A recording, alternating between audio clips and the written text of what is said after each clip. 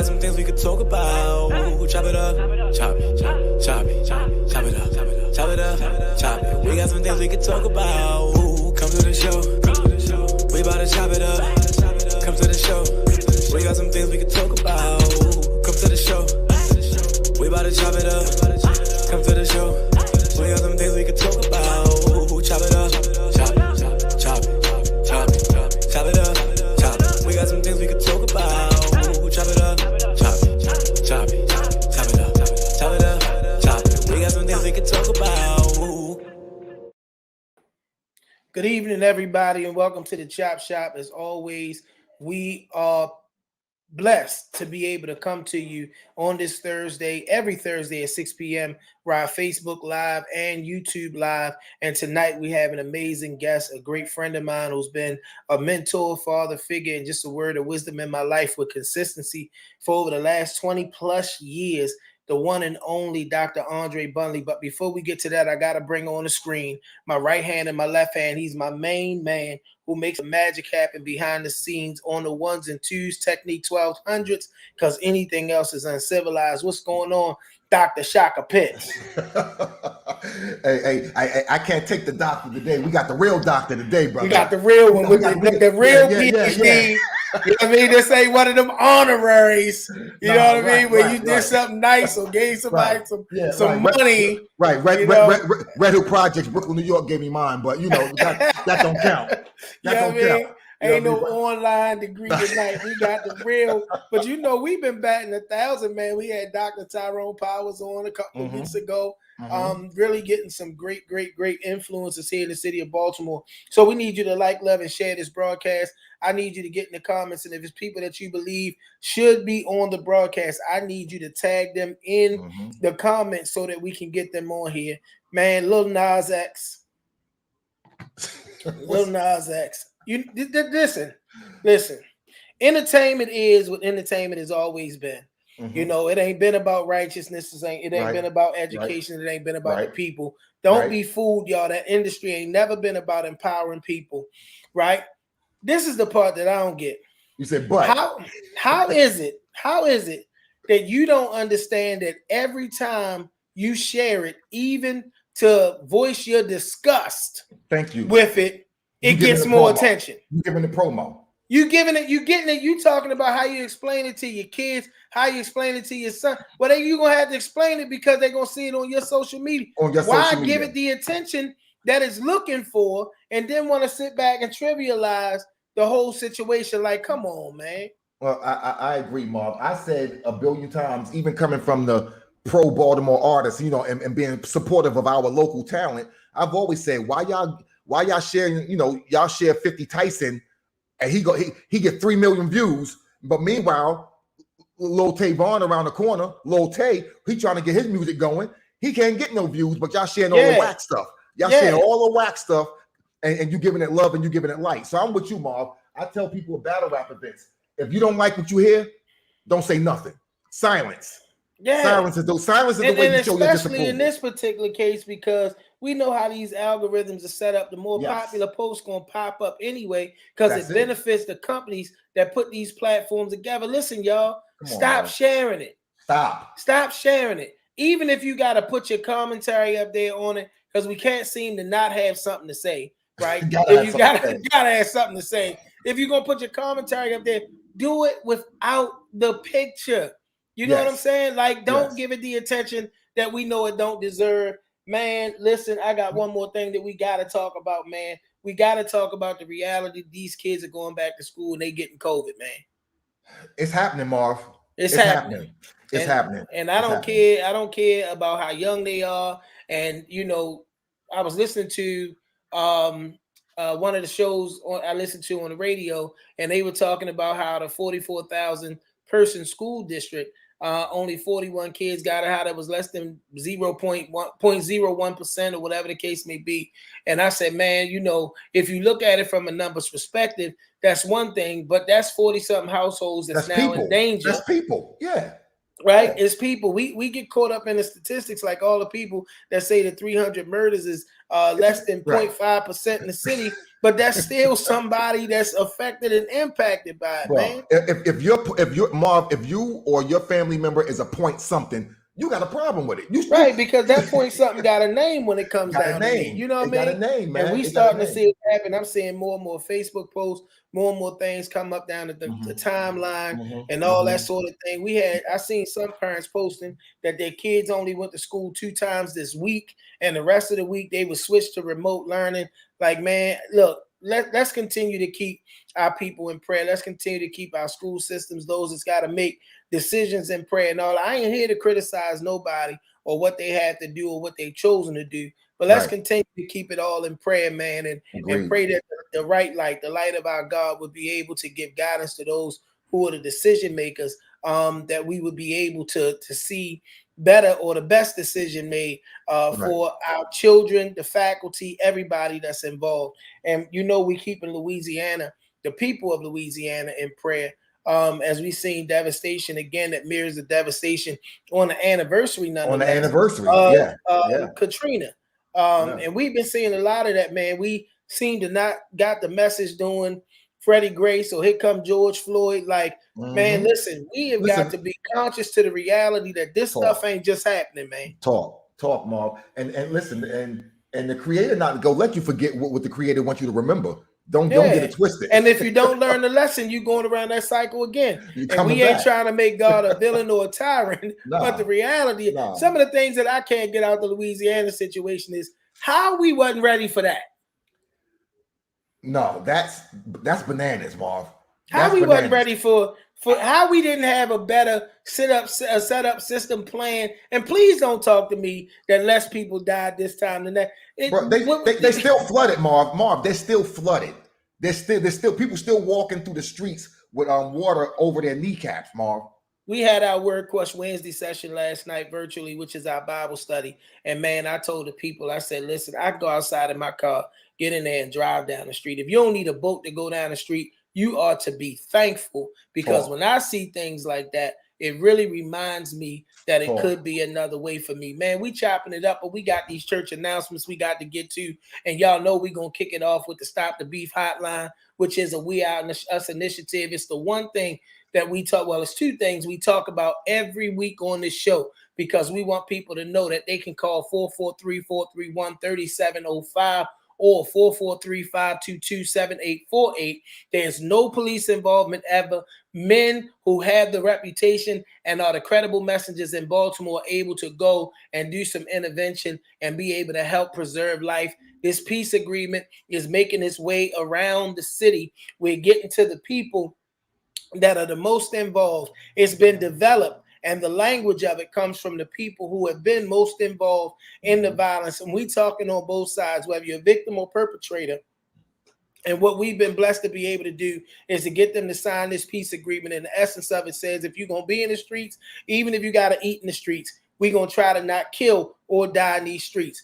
Listen, y'all see the flyer right there. If you are looking for a job, we are looking for you.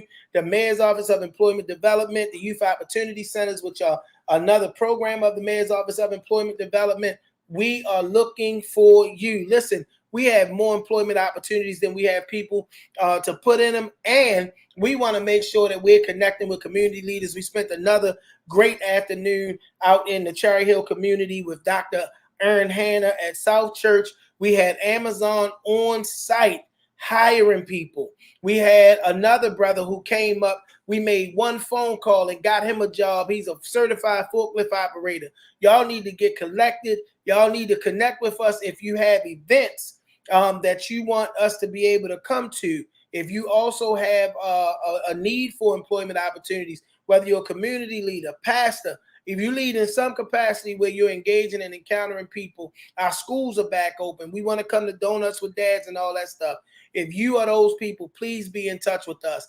The Employee Baltimore Show, that's right, y'all. Yours truly is the primary host of our Employee Baltimore Show. Ignore that date. It was the only flyer I had. But on Wednesdays at 1 p.m., we are having a conversation about jobs. First name jobs, middle name jobs, last name jobs. That's just who I am, and that's what we're doing. And we always have a special guest. Now, where is Antoine Burton? I need Antoine, but I need somebody to tag Antoine Burton right now in this because it's getting out of hand.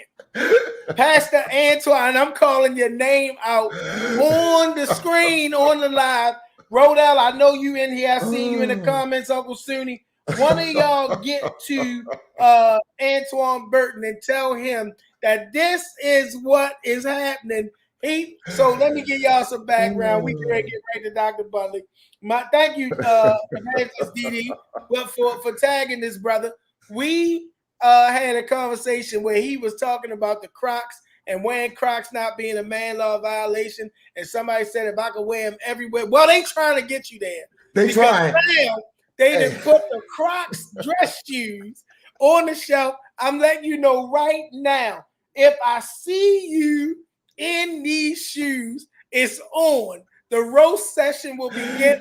I wouldn't care if we in church. If I'm on the pulpit preaching and you walk in the church and I see you with the dress shoe Crocs on, it is on and popping. Don't show up at the wee hour. Us walk, brother. I can't do it. Marv, I can't walk. I can't walk with the brothers. I can't support the community. Listen. You can show up, support the community, walk. Don't pop up in my office. Listen, when I see it, you're gonna get this work.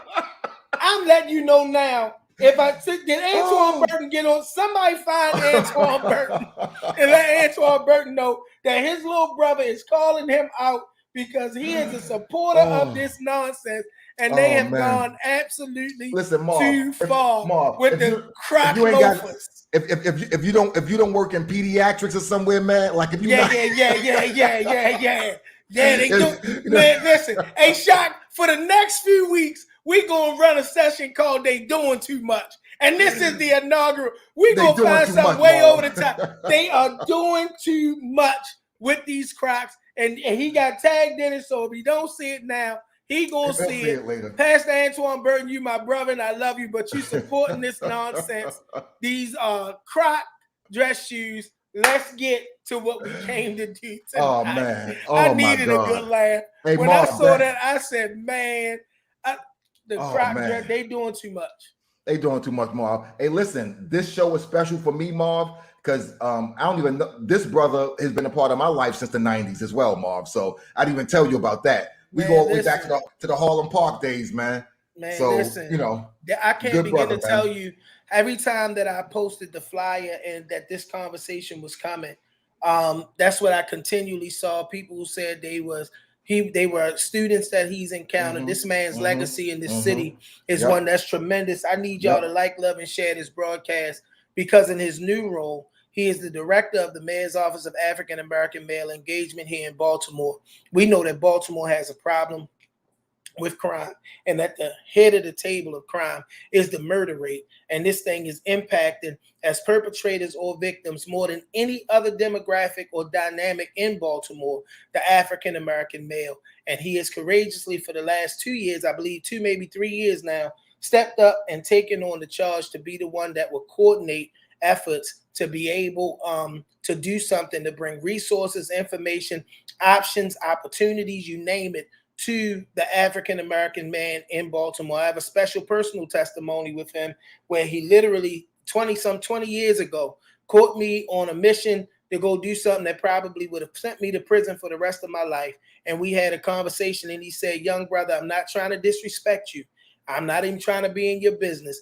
But at this school, we got to have somewhere that we can come and it be safe. All I'm saying is if you got to do it, don't do it here. It gave me enough time to rethink what it was I had in my heart.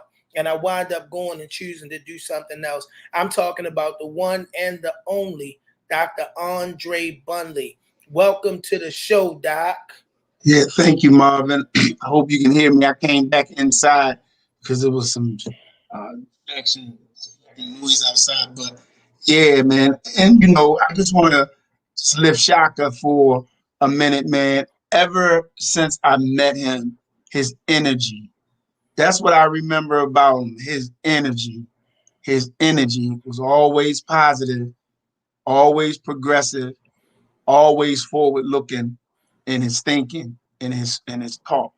So I'm just glad that you got Shaka. And Shaka, not surprised that you continue to be doing the kinds of things that you're doing, man. I'm just, just happy that we're still in the same space, brother. We are the dynamic duo, man. I can't do this show without Shaka, man. I tried one time. Matter of fact, you was a guest on the show the night that I tried it. It did not go well. But I'm excited, man, because this is long overdue. We've had you here with other groups of people, but it was time. It's really past time that we sit down and we have this one-on-one so you can begin to unpack for some people who don't know exactly what it means for you to be the director of the Office of African American Male Engagement, what you have done up until this point, what direction we're going, even one of the founding minds of our beloved We Are Us. Doc, talk to the people about this particular position you in now. Well, it's just an opportunity for me to continue to understand, as we all understand, as we listen to the name We Are Us that you referenced earlier, that nobody can get anything done alone, right? And so this is just an opportunity for me really to just collaborate, take on a role, and make certain that I was or lane, if you will, and make certain that there were so many other individuals who did well in their lane, and that we all came together to be able to get some real work done. And that work is about now saving life. And I'm just so happy that in order to get this work done, it's going to require faithful people. Going to require people with a lot of faith, right? Because we have a lot of our individuals, too many, I should say, who have lost their way. And it's going to take faithful individuals who walked in life, remember how they became the best version of themselves up to this point, and begin to not be selfish with that memory of how they became the people that they are really becoming every day. And share that with the individuals who still have not found a pathway where they could become the best version of themselves. You have a legacy in this town that goes all the way beyond you being Dr. Andrey Bundley to being a guy who's from the white lie community, who made some different choices than other people. How is it that you believe that the fact that you've always been so reachable, you've always stayed so grounded, even when you became the doctor and you were the principal, most people that I talk to about you always highlight the fact that you've never lost that sense of being reachable, or being so grounded in who you are and what God placed you on the planet before. How do you believe that impacts the work that you've been able to do? Just having a memory of what was done for me. You referenced White Lock Street. What was done for me, starting with my brother who was in the mix in the life, and the big brothers in the neighborhood. And I remember when my brother went away to prison, he asked people whom he respected and say, man, please, if I can ask y'all to do anything, please don't put a package. Please don't put a idea that is bad, that might sound good to a youngster in my brother's head. And so they gave me a pass, and I had a clear memory that I was given a pass.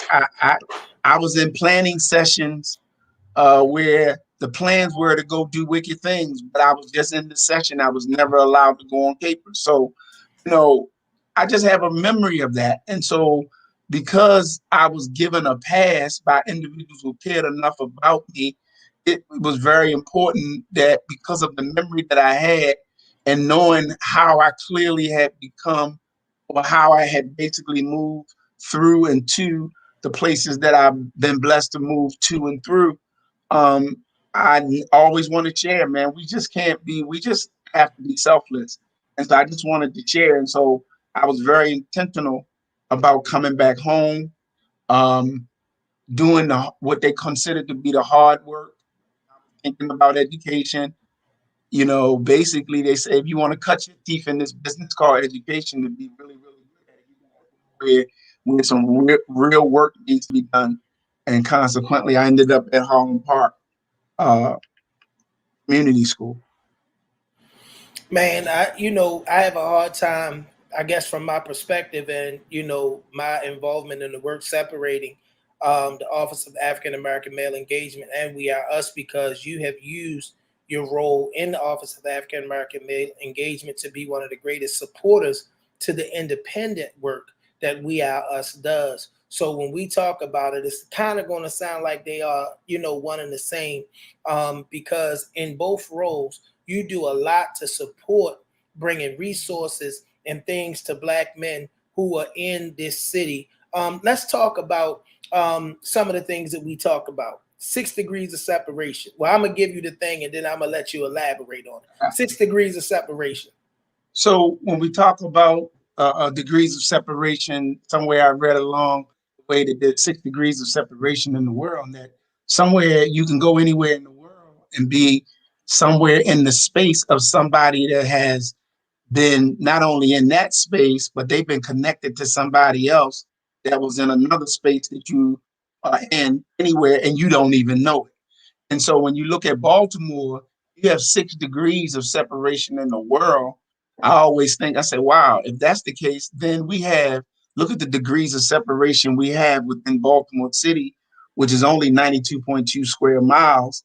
That's including, it's really the land is 82.2 because the other 10 miles is the harbor going out to Baltimore County, Anne Arundel County, where you take that joyride on that boat called the Pride. So when you talk about that, you kind of set what appeared probably for many a lofty goal, and that was to reach and impact 10,000 Black men in Baltimore. Talk to me about the 10,000. Yeah, well, again, everybody is connected to everybody else. And individuals are making choices. And so what we want to do, Marvin, and you've been a very part of that, is that you have individuals who have outreach, people who are and men of faith. And so everybody's connected to everybody else.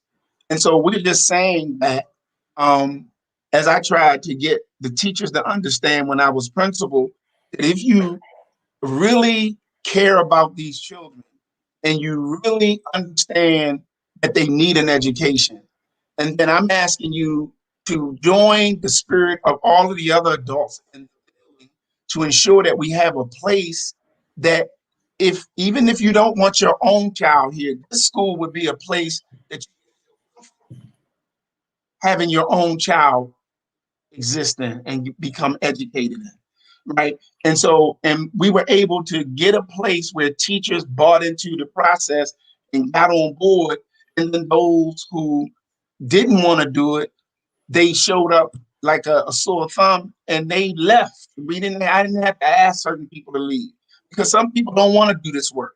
Some people don't believe that we're gonna we're not going to have a time when nobody in Baltimore gets killed during the course of a year.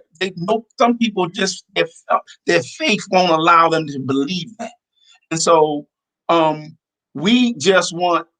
I'm just a believer that if people such as yourself and I subordinate myself to you, you always say that I've been a mentor to you, but there are so many times, and I tell you all the time, I feel better when you're around based on the qualities and the skills that you have that are essential. And so what we have to learn to do as men and as leaders is that the best leaders are great followers, particularly when you have somebody leading them. So I don't ever have a problem following a leader. And I don't really have to choose that because leaders become who they really are. And then there are those who are self-appointed as leaders. And I say self-appointed because they really have no followers. And so you've heard it often. You say that, if you're a leader, look behind you and see if you have followers. Because if you don't have anybody following you, you're just taking a lonely stroll by yourself. Doc, I'm glad that you would bring that up because it's important for me to say when I look at who we are as We Are Us, you have a group of men that are from different faith walks. Some of us have been to prison. Some of us have done long stretches in prison. people who are from the community work. And I know we don't do the me, my, I thing, but literally you've gotten buy-in, and many in those various walks of life look to you as mentor. How have you been able to kind of, as the word of God says, to be all things to all people? Just being is easy when you have clarity, right? Not from a spiritual, but just from a scientific, social science sense. Self-esteem and self-concept, they're not the same. Self-concept is a concept as an idea. You have a self-idea. You just want that self-idea to be clear. And then an esteem is just a feeling. So you have self-feeling. So if you have a clear self-concept, if you know who you are, and once you're clear about who you are and how you feel good about who you are, so your self-esteem follows the self-concept, not necessarily, but they could happen simultaneously. So I'm just saying, you talk about people, it's just, we know this all, I remember that when we were in church, it said one God, one faith, one baptism, right? But this notion of just one God, what does it matter? How could you separate yourself from another person when all of us seemingly, if we're in the rain, regardless of our religion, we all get wet by the same rain?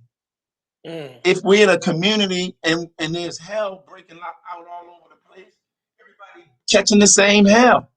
So it's ridiculous to kind of create these artificial separations. And so, you try the spirit by the spirit. And so I just try to walk in that, and it doesn't matter, because at the end of the day, all of us who acknowledge God as the rule of reciprocity, or the reaping and sow rule, the divine rule says God recognizes us if we recognize him. That's them nuggets, Shaka. When it rain, listen, when you're around, you in his presence, you get a bunch of them. When it rains, we all get wet. I want to now take a little bit of a shift, because we had talked about we haven't really gotten to the weeds about some of the work, right? And some of the results. But I do want to say, I want to talk to the man who is charged to bring change to the dynamic of the African American male, who's charged to lead that effort, and who is one of the leaders of the We Are Us movement about this murder rate. When you get up every day and you prepare for your day, and you might hear that there's been another one or another one or another one, and I know how you have encouraged me to not be discouraged, as it's touched me in very personal places. What is your thought process that you would share with the people to continue this work, although we see what we see on a regular basis? Again, Marvin, the only way that we've been able to move for the last 3 years, we have so many men that can see beyond what they see. They can hear beyond what they hear, right? And so, yeah, we know that we lost a life. Like you all were talking about a 0.5, and they talk about a life is a life. And you know that you lose this life, but we're not focusing on people. We're focusing on having people to live. We're remorseful when we lose people. So we have to continue to be faithful and focus on ways of being able to help people live, saving life. And so, you gotta have that faith. You gotta have that faith. Is like I always say, faith is in the sense they say faith is the substance of things hoped for, and it's evidence of things not yet seen. But if you break it right down, faith is all the ingredients in the cake. And you believe in the cake based on its ingredients, even before the cake is baked. I can see the cake. I know what the cake is going to be. I have some faith that the cake is going to be good, taste good, and all of that. But you got to have faith in the ingredients. Because when you look at the ingredients, it don't look nothing like what it is that you're trying to attain. So we know we want to attain a safe city, but you got to have faith.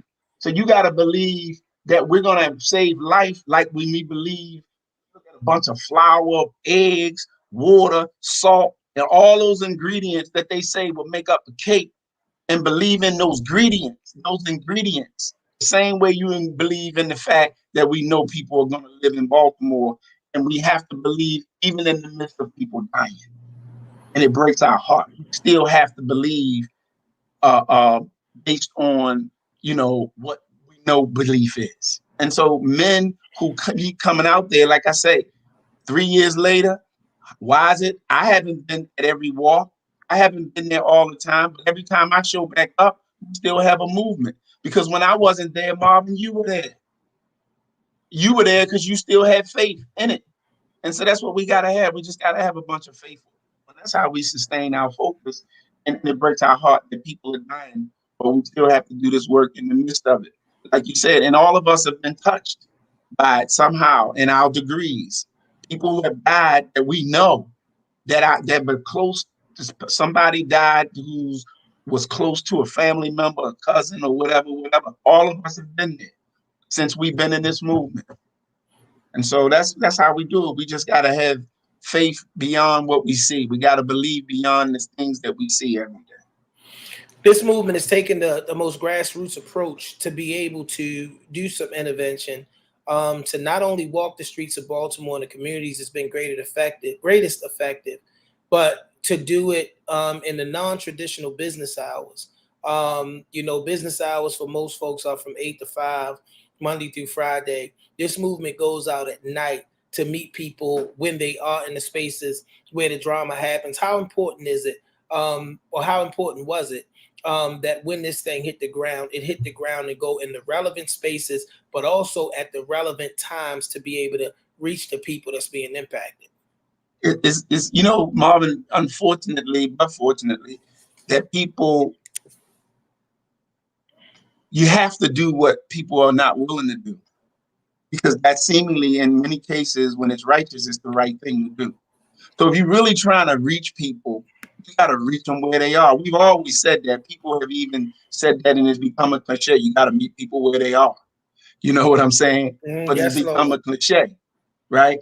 But when we literally go to the corner and speak to brothers and speak to them about who they are even before they get there, right? That's in order for us to be able to tell a brother in the street that, man, you are king. Man, that you can be this. Brother, you are a good person. In order for them to hear that message, you got to go right to them. I mean, we have individuals in our movement, but predominantly most of them are Black. And it should be that way. While all people can help people, Black men have to be the example for Black men. So we got to go right there where they are. And so we got to go to the corner. We got to go to where they trap it. But we know and train how to go there and how to move in those spaces. So we got to go to where they are, but we got to continue to go with the resources. So because there are many of them, we call it downstream and upstream, Marvin. This is not a new language for you. We go downstream because we've allowed people to get downstream, but they are redeemable too. They're human beings too. But then we got to do that work upstream.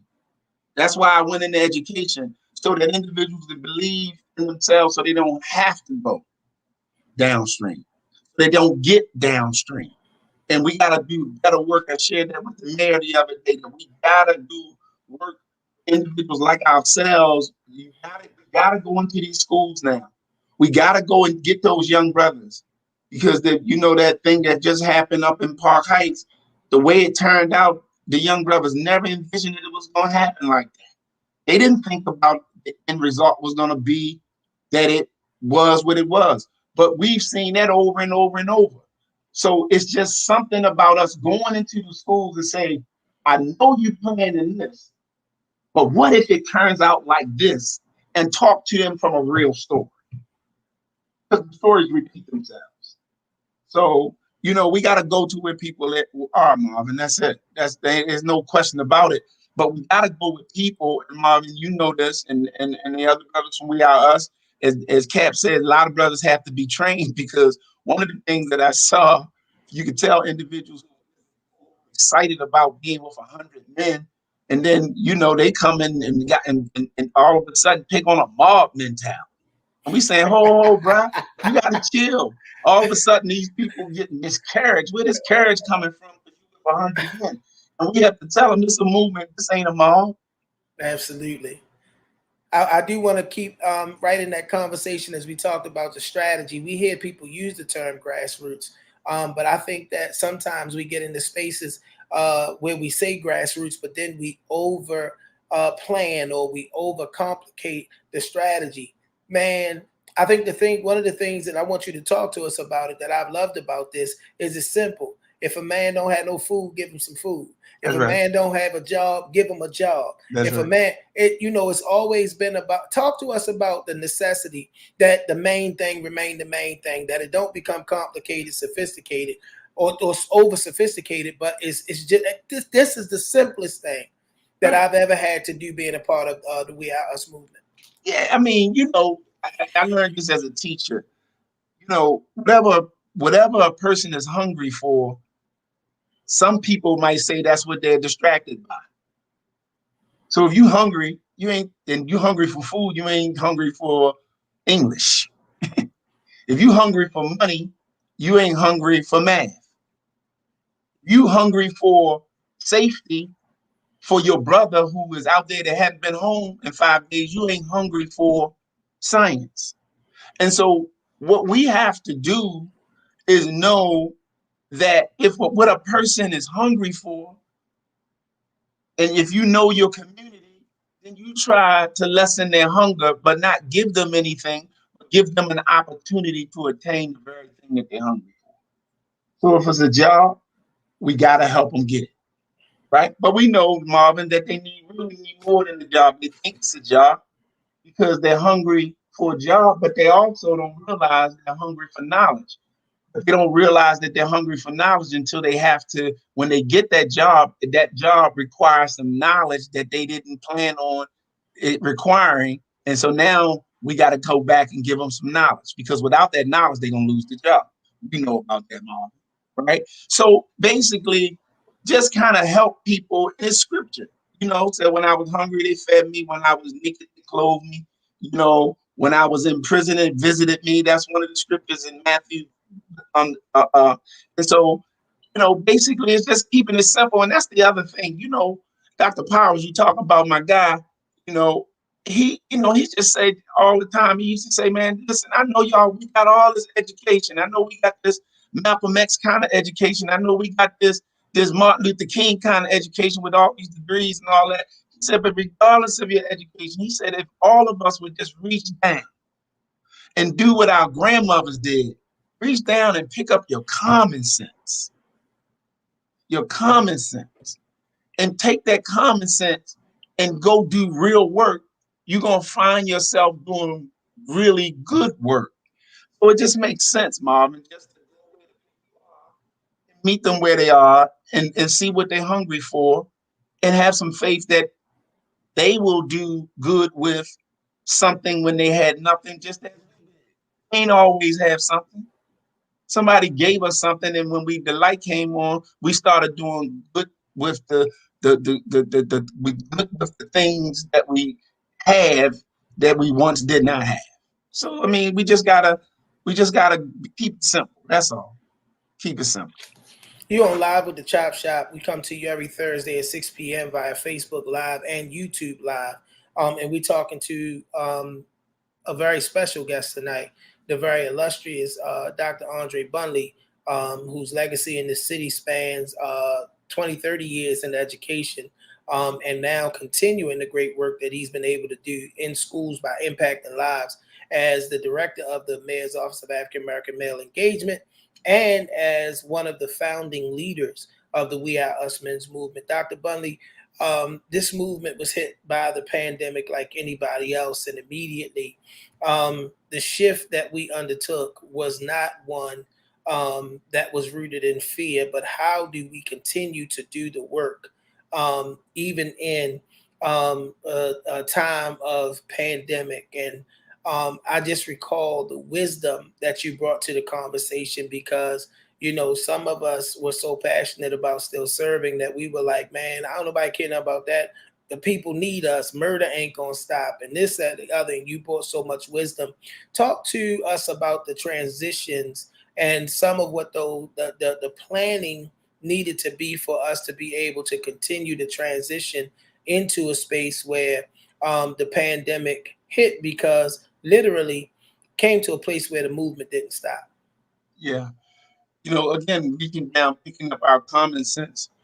What I love about you, and those like you, and it's a spirit, and then a few of you have it, right? That you're just courageous and you're selfless.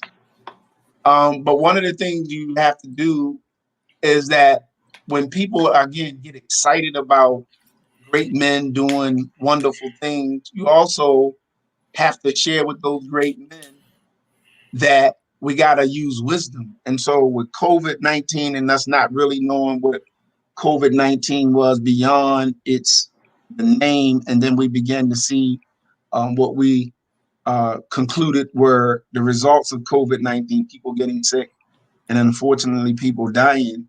We said that, okay, we really have to heed to that and listen to what the scientists were saying. But at the end of the day, you will never be able to stop men and women who are really passionate about what they're passionate about. If I said to you, Marvin, you couldn't, through the gospel and just, you can't go down to help those people. I don't care what it would take. There's no way that anybody could stop you right now from doing what you love. And so that was the case with the men. And so what we did was we watched where individuals were, and really I didn't, or Pat or you, we just watched it emerge. Leadership, again, sit back and you watch it emerge.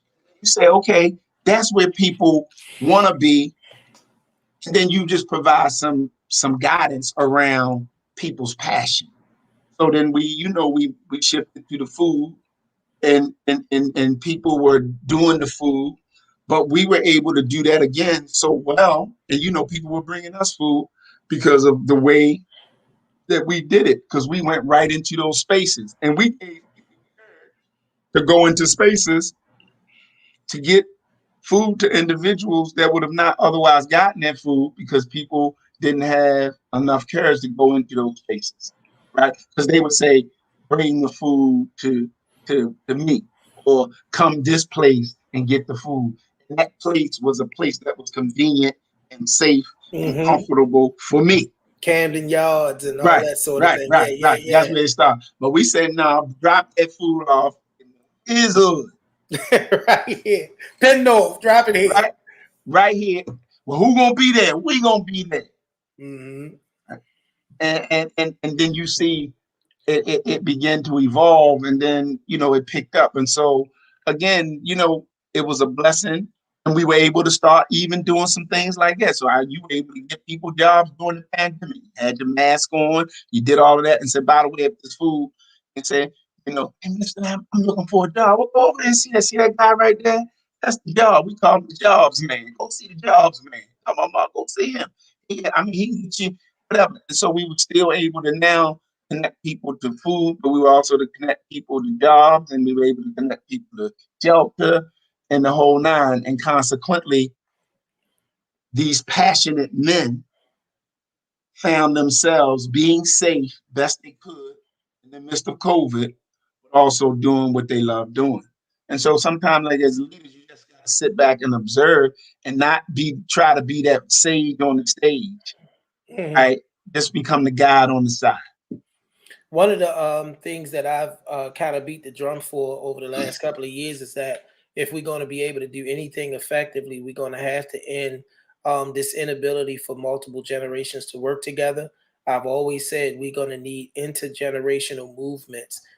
We know that even in the church, we see the old bishop who don't want to give the young pastor his opportunity and those kinds of things. And one of the things that are taking place is we are us in engagements where there's 5 generations all the way down to the little boys that are there. And the mission and the charge towards the mission becomes so great that intergenerational move is there. And we always find ourselves at a place where we say a youthless movement is a useless movement. Talk to the people that are listening right now that may be leading somewhere, maybe leading on their job in the church, about how important it is that there be an integration of all generations in order for the movement be successful and sustainable. Just believe what Marvin just said to the listening audience. Just believe what he just said. I am not going to be able to say it better than you just said it, Marvin. That, you got to get, I'm looking up, Marvin, I'm 60 years old. I'm like, huh? Huh? You telling me when you were walking up there with that big weapon in your pants, I ain't going to go much further than that. That was 20 years ago. When I approach you and say, no, soldier, man, little man, do you know? Right?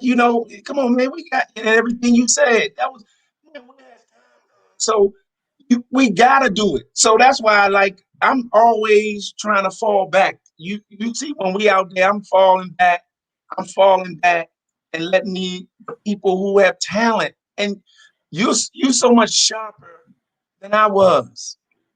But that's how it's supposed to be, Marvin. You're so much sharper than I am. You just chop. You just so fluid. I don't even know if you got these prepared questions. If you don't have written down prepared questions, I'm saying I could never do what you're doing right now. But that's how it's supposed to be. So we gotta have the generations. Don't just be selfless, man. Just as you go about your work, just be selfless. God ain't gonna never take what He's designed for you, because what He's gotten for you, is for you, right? But there's so many other people who can do what you do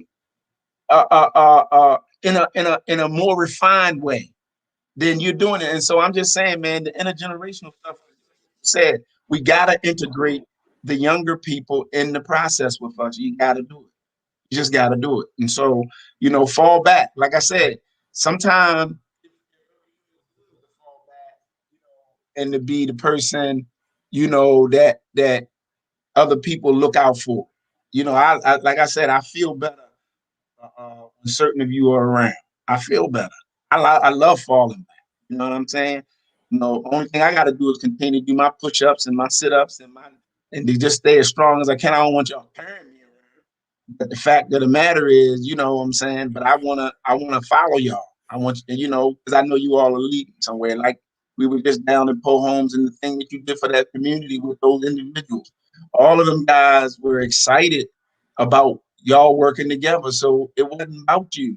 When I was having conversations over there, it was you had seeded the ground with some we are us kind of concepts. When I mean by that, just the essence of the word, you didn't make it about you, because those guys were excited about their contribution to their community that they had grown up in. And so, that's a gift, because a lot of people are just selfish. They're not selfless. You're on Live with the Chop Shop. We got about 12 minutes left in the show.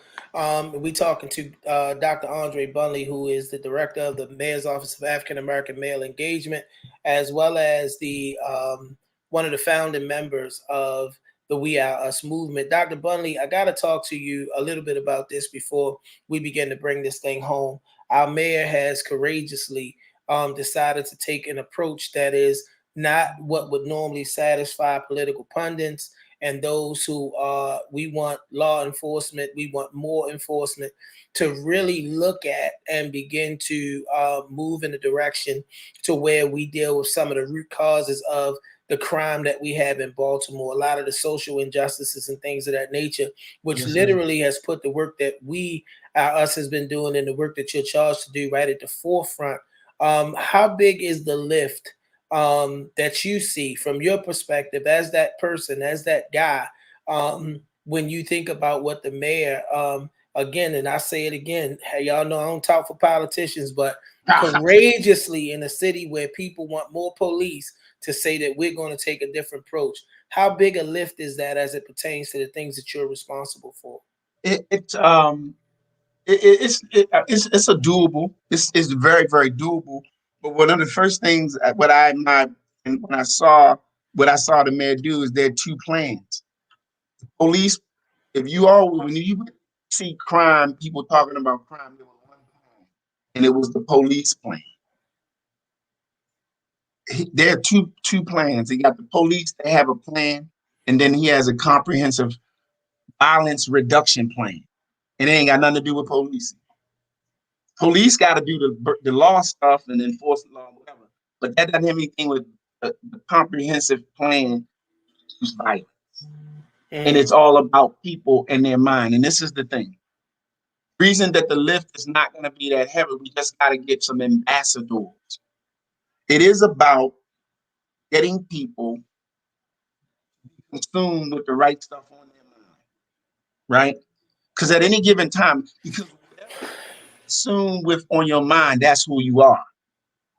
So we got to have these ambassadors all over the place, just consuming the minds of our young, so that they don't have to feel the need to go downstream.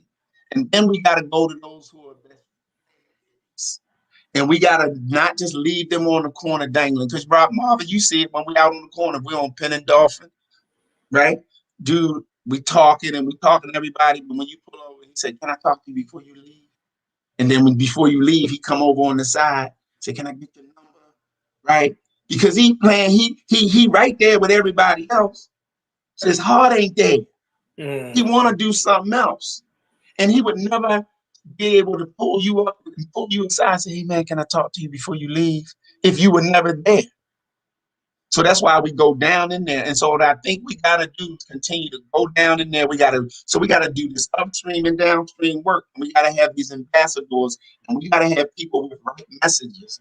Because school system talk about restorative practice. We need restorative practice for those who are downstream, but we really want to put our resources. We want to do restorative practices. Restorative. I love restorative. That. We got to go upstream and talk about things like, for example, when I knew that my children, if in their hoods they fought, in their hoods they shot crack, in their hoods they smoked weed, in their whatever they did in their hood, I knew if I didn't talk about what should be the options in school, and then I was just waiting for it to happen. But because I spoke to it restoratively, I gave them some options, and some of them challenged it anyway, and they got the consequences as they were told they were going to come. But some of them said, "I ain't even going to mess with that all." As they would say, "Yo ain't playing with you, man. Yo ain't playing with me." You know what I'm saying? So I just think it's doable. Just got to keep the faithful upstream. We got to stay where we are downstream. And we got to begin to message. You only can have whatever you're consumed with on your mind. And so we got to bombard their mind with billboards, radio shows, everywhere. We just got to bombard their mind. Because if you're thinking about this over here, you're not thinking about that over there. Dr. Bundley, I thank you for being with us today, man. We're right at that wrap-up point, but before we go, I want you to give us any final thoughts, words of encouragement. What direction is us looking to go next? And what would you say to the people who you want to continue to have hope, not just in Baltimore City, but in the Black man who is in Baltimore City? Yeah, it's the UR movement. Everybody just got to speak into the people. It says, call those things and not as if they were already. Right? You got to do it. And I'm telling you, it works. If you speak to people about who they are. When we were up in Ricestown Road, I said, "Man, so you're a leader. You're a leader." Because scientifically, when I say you're a good person, what you're going to do is search your mind for instances where you were good. Your mind looks for hits, not misses. It looks for confirmation, not disconfirmation. So from a scientific standpoint, you just gotta speak to people about who they are, though they are not that already. And we just gotta have that spirit. Speak to people as to who they are. I mean, you are actually a pastor now, but you were a pastor in your mind before you were a pastor. That gotta be true, because you're a pastor. It cannot not be true. You had to have been thinking about this, because that's where you are now. So some of us who have that faith, we got to do the same thing that we've been able to do for ourselves. We got to help stimulate that in other people. It's you this, soldier, you that, soldier. This is who you are. And then they'll begin to live out who they are. but we got to plant that and again, be selfless and just do that. Thank you, Dr. Bundley, for being with us today, man. You have been as much of an amazing guest as I thought you would be. And this will definitely not be the last time. Please don't go anywhere. We're not done. I want to talk to us about this week coming up. We have a show. One of my contributors, who is a regular contributor on the show, actually put up a post addressing something that's been something that I've been talking about in smaller circles and spaces for quite some time. And do we really know the difference between the anointing or what's entertaining or somebody's talent with God's hand? The anointing, when we say the anointing, we talk about God's hand being on it versus what's just entertaining or somebody that's got a lot of talent. And I'm going to sit down and talk to three of my favorite people on the planet who are literally three of my favorite contributors to the show. We're going to talk to Pastor Clavon Burston, who is the person that has put that post out there and got that conversation going.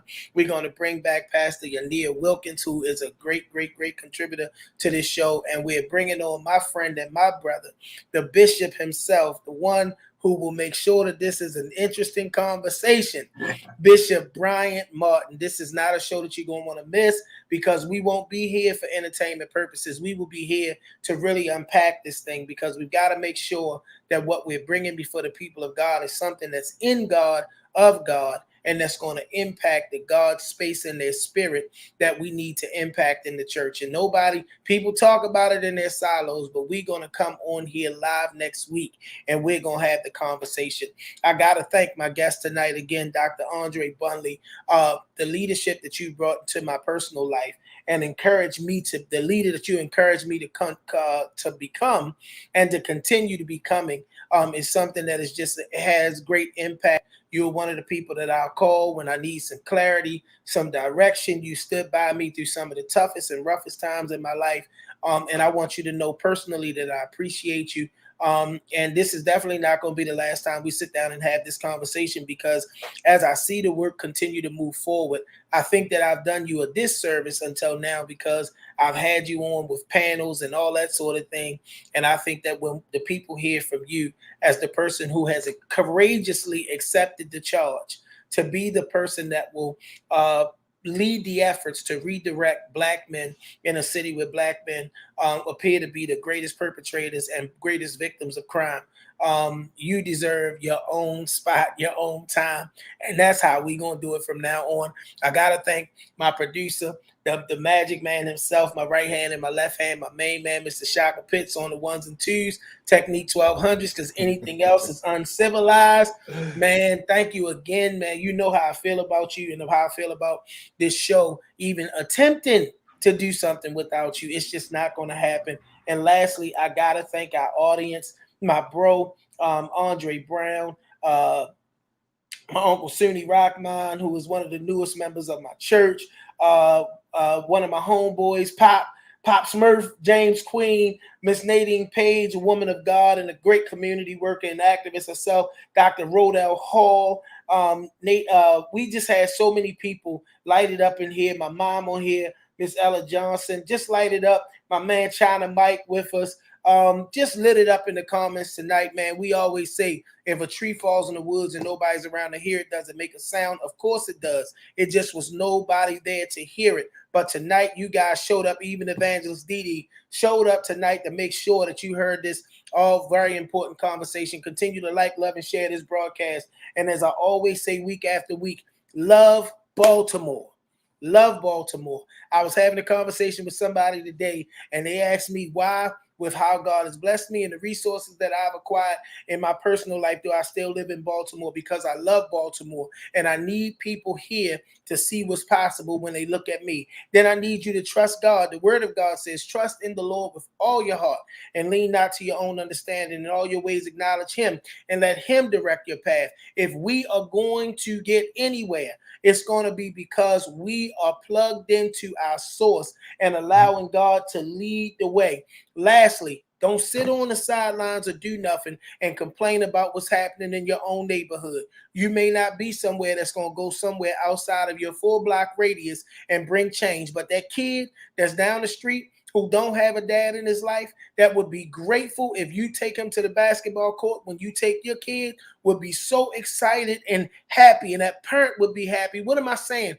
Be the change that you want to see. It may not be on the grandest scale or the largest stage. It may be small, but every little bit counts. And I need y'all to always remember, we can be more. Thank you for joining us tonight. I can be more. There's nothing that I can't achieve if I just believe. You can be more. You can make every dream a reality. We can be more. Be more, be more. Yeah. I can be more. I wake up every day and try to be more. I pray I be more. It's easy to achieve anything you believe. Like hold your head high. Girl, you got a reason to breathe. I see a rare mind. Boy, you got a reason to dream. Let's take flight. Give the children a reason to see redemption. We grow up in the jacks where it's evil and wicked. Where the people with success don't want to send you a visit. But we still finna make this life worth living. Now throw your hands to the sky if you feel it. Hey, throw your hands to the sky if you the realest. You got a vision. Let's put them pistols away and make sure the OGs keep the community safe. In the world where the ladies crying, the babies dying, I think we can create that space to make a way for the ladies to ride and make baby giants. Be more, believe, less play.